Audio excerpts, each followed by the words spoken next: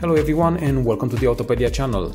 The Volvo Safety Center just crash tested the all-new Volvo EX90, and as you can see in the footages, it seems that the full electric vehicle is at least as good as his internal combustion father, the XC90 model.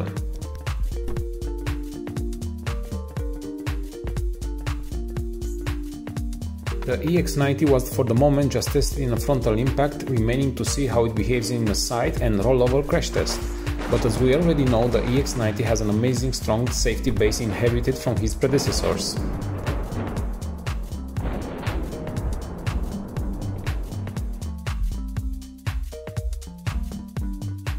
And now we are eager to see as well the results from the official EURO NCAP crash test. But if we are looking at the results of the former XC90, the new Volvo EX90 should receive maybe the highest score ever received by a vehicle.